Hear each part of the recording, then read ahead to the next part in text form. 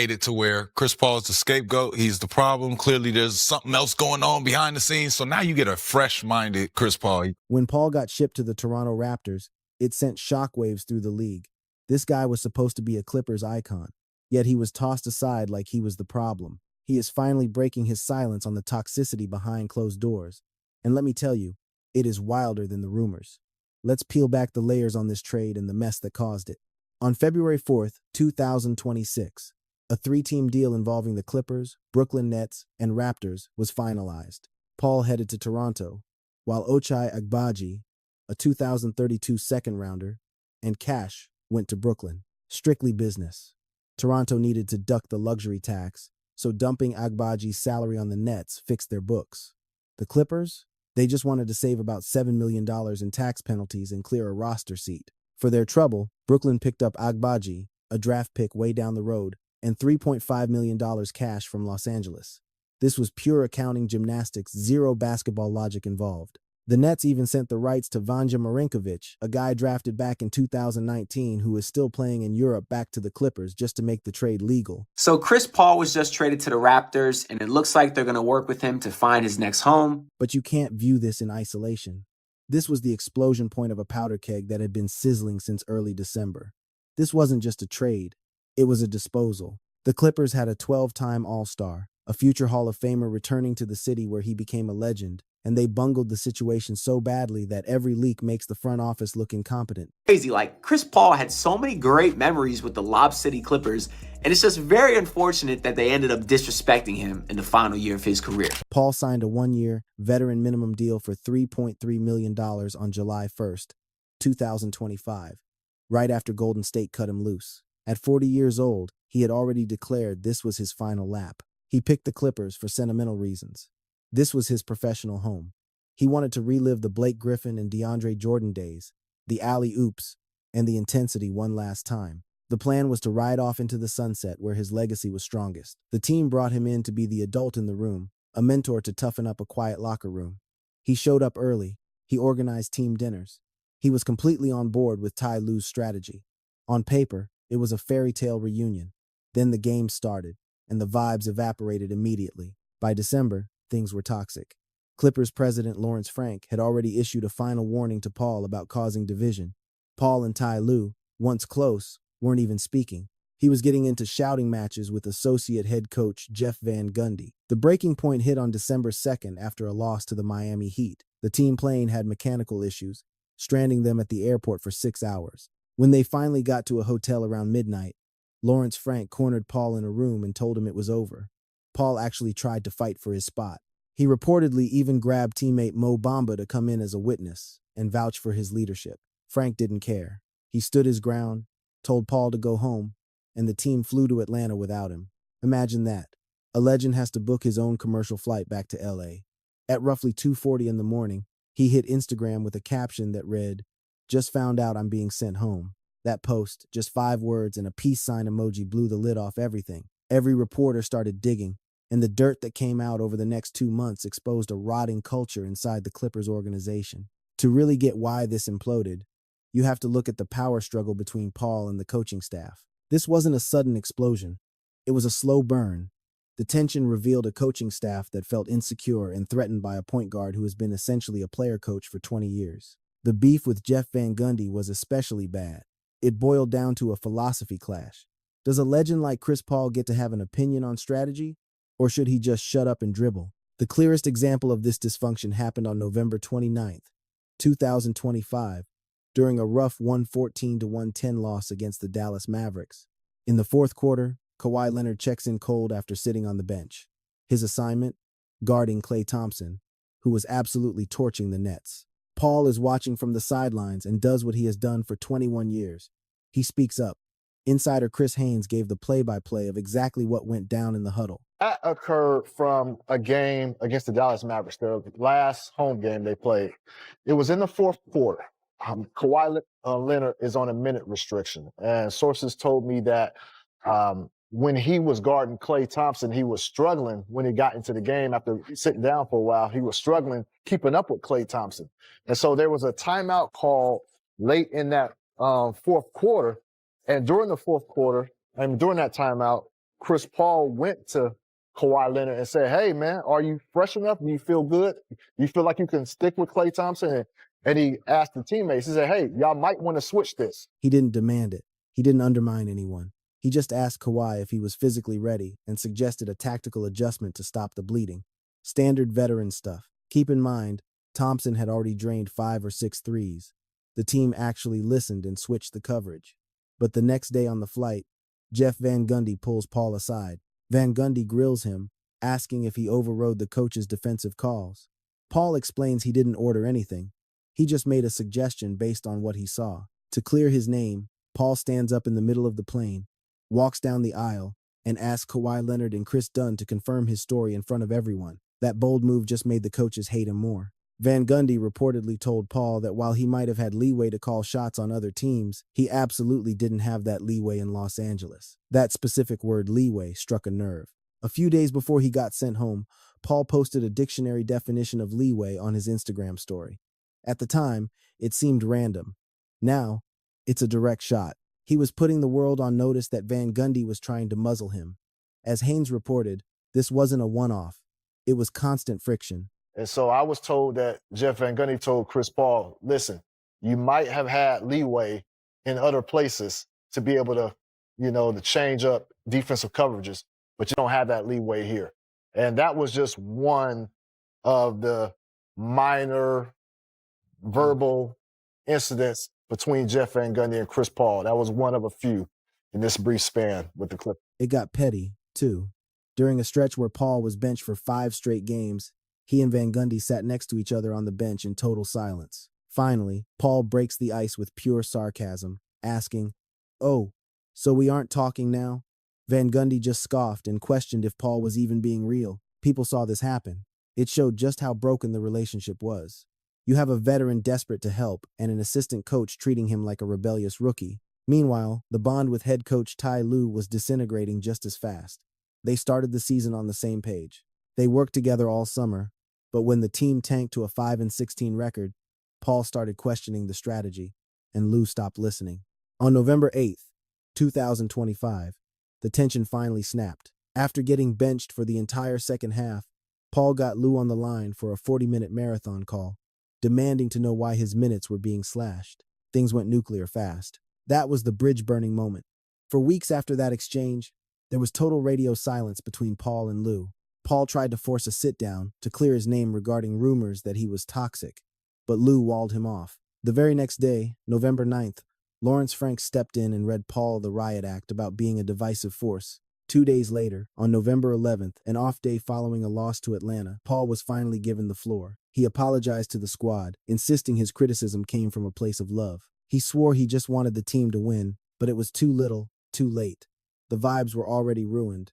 3 weeks later, while they were in Miami, the team unceremoniously sent him packing. The emphasis on getting it right is much more important than the emphasis on being right. And so getting a play right or getting something correct, you may overlook something, right? You got a million things to look at, right? Especially the end of games. There's a lot of stuff happening. So as a coach, it feels like you should welcome ideas on how to get it right. And, the next day after you've had time to sleep on it, like approach that situation in a non-confrontational way. The real story was the locker room itself, and specifically, the silence of its stars. The screaming matches with the coaches were one thing. The quiet from the players was something else entirely. That silence was arguably the bigger indictment of the Clippers brand. It exposed a hollow culture, a corporate shell filled with mercenaries who barely spoke to each other. It was a squad led by 2 superstars who treated leadership like a dirty word. Insiders described the atmosphere during the 2025-26 season as library quiet. Zero chemistry off the floor. The group chat was a ghost town, strictly logistics. No banter. Nobody was talking. And definitely, nobody was leading. Kawhi Leonard, the franchise face, was in his own world, focusing on his body and ignoring the morale. James Harden, the top scorer, was so laid back he was practically comatose. Neither stepped up to fill the leadership vacuum. Paul walked into that morgue and tried to shock it back to life. He fired up the group chat. He planned team dinners. He tried to get guys talking. He called out mistakes during film sessions. He did exactly what he's done. On every roster he's ever been on, he held people's feet to the fire. But this locker room wasn't buying what he was selling. One insider noted that Paul's grating personality isn't breaking news. It's the same book we've been reading for a decade. And Chris Paul, and I've been hearing this for over a decade. He's a dick, they said. I wasn't going to say that. They say he's a dick. But he wears on people. I'll say that. Teammates say that he wears on people. It's hard to get along with. He's hard to get along with. And so if you all, I remember when Allen Iverson was late to practice every day for his whole career. But when he came back to Philly last time and he lost his first step, suddenly being late to practice was a bigger deal. Yeah, now it means because you're not right. Mm-hmm. Chris Paul's always warned people, warned on teammates. But now that you're not the guy that can give you 20 and 10 every night, they don't want to hear that shit. Paul's intensity used to be viewed as leadership when he was the best player on the floor. But as a 40-year-old on a minimum deal catching DNPs, it's just nagging. The behavior didn't change. The context did, especially with Kawhi. Paul was constantly in Kawhi's ear, giving unsolicited advice on strategy. At first, it was about respect, but eventually, Leonard just got sick of the constant noise while he was trying to manage his own injuries. Leonard respects Paul's legacy, but he found the constant input exhausting. When the team finally cut Paul loose, Leonard and Harden found out on Twitter like the rest of us. Management didn't give them a heads up. Publicly, they acted shocked. Privately, sources say there was a collective sigh of relief that the drama was over. Harden was in a weird spot from the jump. When the Clippers asked him about signing Paul that summer, he wasn't exactly jumping for joy. He remembered how demanding Paul was during their run in Houston from 2017 to 2019. Their styles clashed then, and he knew how this movie ended. Harden played nice after Paul got the axe in December, saying it wasn't personal and blaming the front office. But read between the lines, Harden had ridden this roller coaster before. If anyone saw this coming, it was Harden. And insiders confirmed that the friction between Paul and the head coach was the accelerant that burned the whole thing down. I think from what I've heard from some players in the league this week is that there was a significant tension between him and Tyronn Lue. That had grown over the course of the year. And so Tyronn Lue didn't want him back. That's part of the package. The failure was that the Clippers had no way to handle it. No mediation, no honest sit-down. Nobody put Paul, Lue, and Van Gundy in a room and said, figure this out. Instead, the coaches gave him the cold shoulder, the suits gave him warnings, and then they shipped him out in the middle of the night. It proved the culture was conflict avoidant. When things got awkward, they chose amputation over rehabilitation. I am one of those guys that I will refuse to let one guy take down 15. So if you're the one guy that's disrupting the locker room, you have to go. But that's also a situation where if Chris Paul is the one guy, he still deserves an opportunity to sit down with the head coach and figure it out. I'm not going to backpedal on that. I'm standing by that. As a former player, T. Lue, who's been in that locker room, it should be an open door policy for all players, whether you agree what they got to say or not. It should be an open door policy, eye-to-eye communication, man to man. And whether we agree or not, we at least got it off our chest. The irony is thick. They signed Paul to be a leader. He led, but they realized they didn't like leadership that challenged authority. So instead of adjusting, they cut the cord and issued a press release. But this wasn't just a player issue. This rot went all the way to the executive suite. Lawrence Frank and the ownership group went missing in action. Frank put out a statement the day they exiled Paul, saying they were parting ways. He called Chris a legend, said nice things about his career. He explicitly said Chris wasn't to blame for them losing and claimed he took full responsibility for the team's record. Put the camera on me, please. I don't give a damn what Lawrence Frank. I don't like what he did. I don't have much of a relationship with Lawrence Frank. I've always respected him. I remember when he was the head coach of the Nets. I remember when he was the head coach of the Detroit Pistons. How the hell do you do this to Chris Paul? Now, this is a future Hall of Famer who's come there for the last year in his career. I don't give a damn what's going on with the team.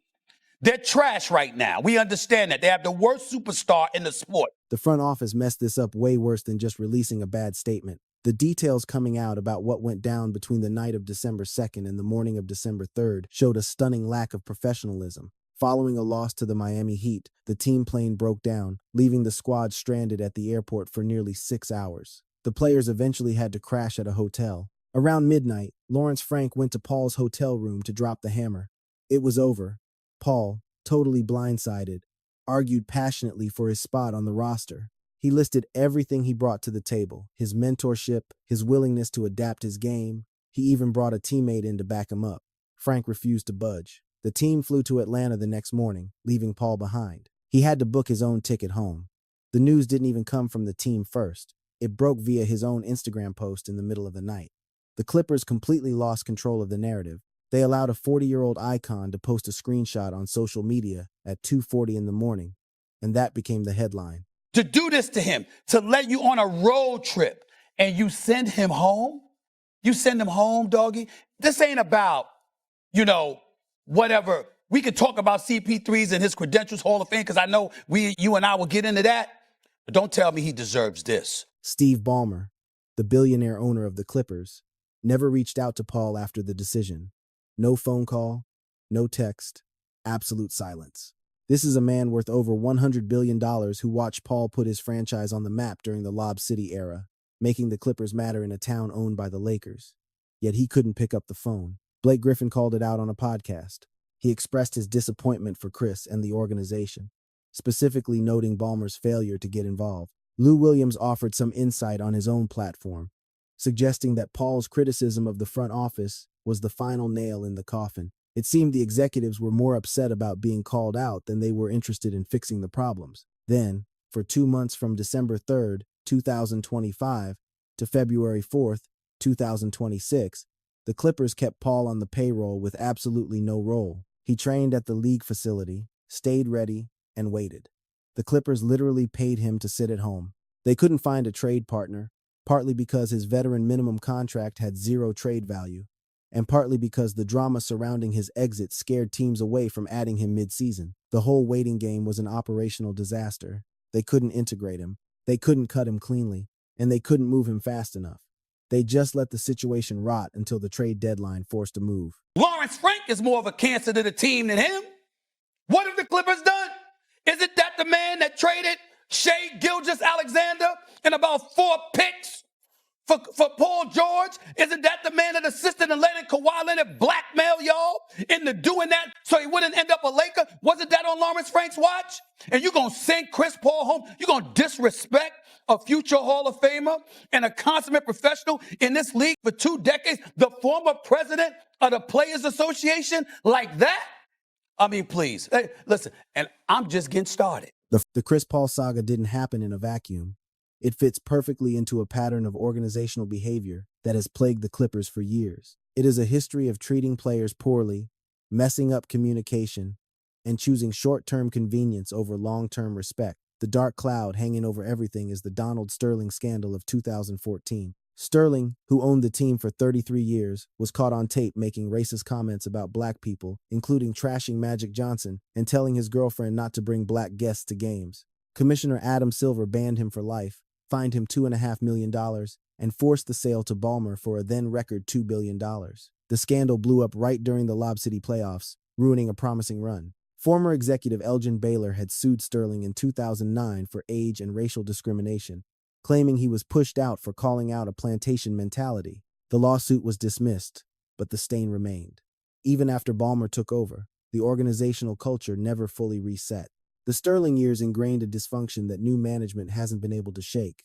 Under Ballmer, spending skyrocketed, payrolls blew up, and the Intuit Dome was built, but the player management issues persisted. In 2018, the Clippers traded Blake Griffin to Detroit, just months after handing him a 5-year, $171 million extension and making him the face of their future in marketing campaigns. Griffin later said the team lied to him about building around him, Paul, and Jordan. The move was widely slammed as deceitful, the kind of thing that makes players doubt if an organization's word means anything. Then came Paul George. After years alongside Leonard, George walked in 2024 free agency to join the Sixers on a 4-year max deal because the Clippers wouldn't match it due to tax worries. George later went on his podcast feeling totally undervalued. Penny pinching by a front office working for one of the richest men on earth pushed away a star in his prime. Then you have the ongoing saga of Kawhi Leonard, whose chronic knee problems cost him the entire 2021-22 season and huge chunks of the years that followed. The medical staff focused so much on preservation that it killed team chemistry and playoff rhythm. Teammates got annoyed, and opponents started making jokes. You know what? He's spending his money wrong. He's investing it wrong. He's made the wrong investment. How many times have I been on the air saying, why are you investing in Kawhi Leonard?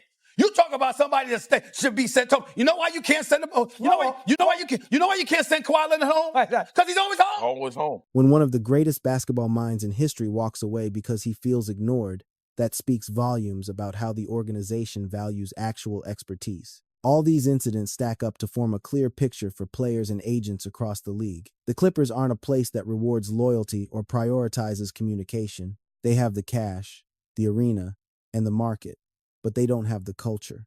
The Chris Paul situation became the latest, loudest example of that failure. Through the whole ordeal, Paul kept his cool. When he finally opened up on the Kevin Hart and Kenan Thompson show, he didn't trash the team. He didn't drop names. Listen, I'm working out and training every day. Okay. Right? In all honesty, with the way all that stuff went down and all that, I think for me, I just love this game so much that I don't want it to end like that. You know what I'm saying? So I've enjoyed the time.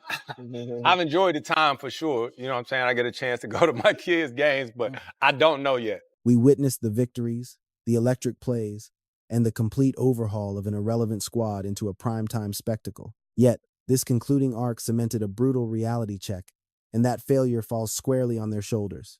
Appreciate you tuning in. If you dug this deep dive, go ahead and smash one of those videos popping up to catch more coverage just like this.